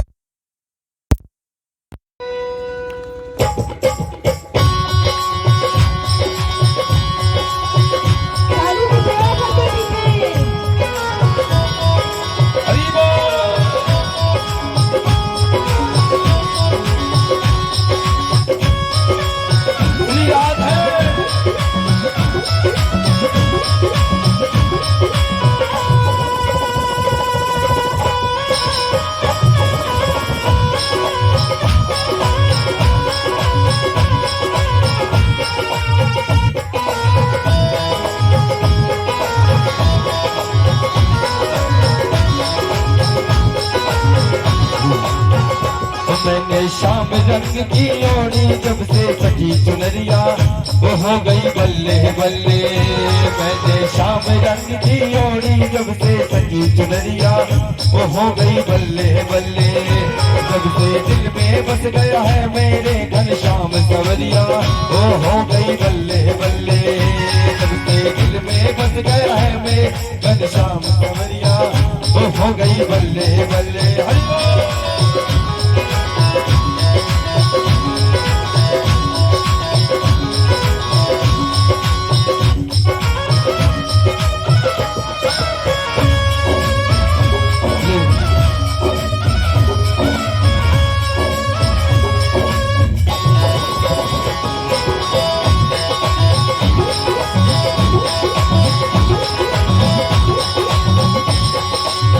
दुनिया दीवानी हुई मुरली की तान पे, दुनिया दीवानी हुई मुरली की तान पे। हम भी तो मारे गए तेरी मुस्कान पे, हम भी तो मारे गए तेरी मुस्कान पे। हो दुनिया दीवानी हुई मुरली की तान पे, दुनिया दीवानी हुई मुरली की तान पे। हम भी तो मारे मुस्कान पे, हम भी तो आए गए तेरी मुस्कान पे। गोपी की जोगन बन के,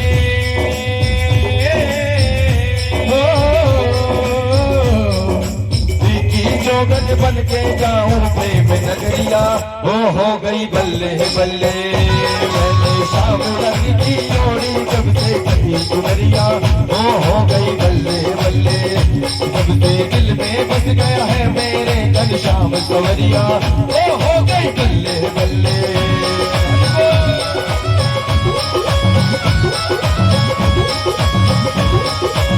याद है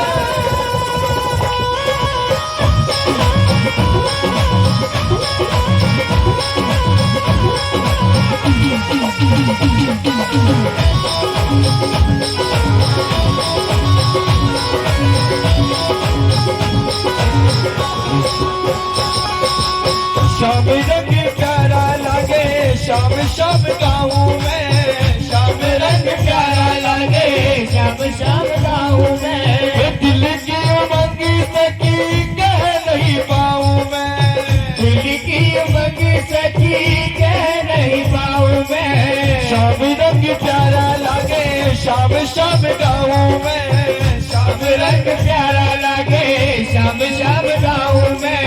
दिल की उमंग सकी कह नहीं पाऊं मैं, दिल की उमंग सकी कह नहीं पाऊं मैं। वो तुझी नजर पे पड़ गए,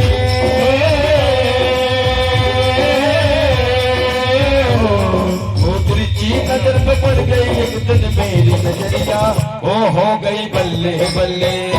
मैंने शाम रंग की ओढ़ी जब से सखी चुनरिया, वो हो गई बल्ले बल्ले। दिल में बस गया है मेरे घनश्याम सवरिया, ओ हो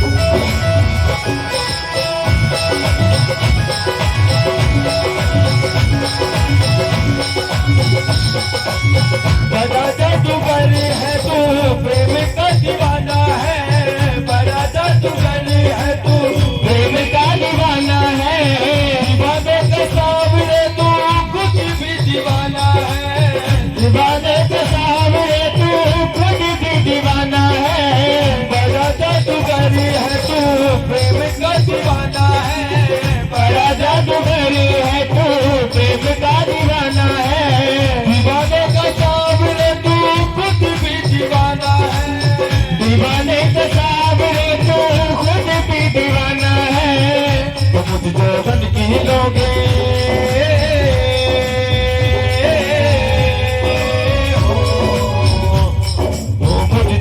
की लोगे कब घनी शाम खबरिया ओ हो गई बल्ले बल्ले, मैंने शाम रंग की ओढ़ी जब से कटी चुनरिया ओ हो गई बल्ले बल्ले, जब से दिल में बस गया है मेरे घनी शाम खबरिया ओ हो गई बल्ले बल्ले, मैंने शाम रंग की ओढ़ी जब से कटी चुनरिया ओ हो गई बल्ले बल्ले, जब से दिल में बस गया है मेरे घनी शाम खबरिया वो हो गई बल्ले बल्ले, वो मैंने शाम रंग की ओढ़ी जब से कटी चुनरिया वो हो गई बल्ले बल्ले, वो हो गई बल्ले बल्ले, वो हो गई बल्ले बल्ले, वो हो गई बल्ले बल्ले।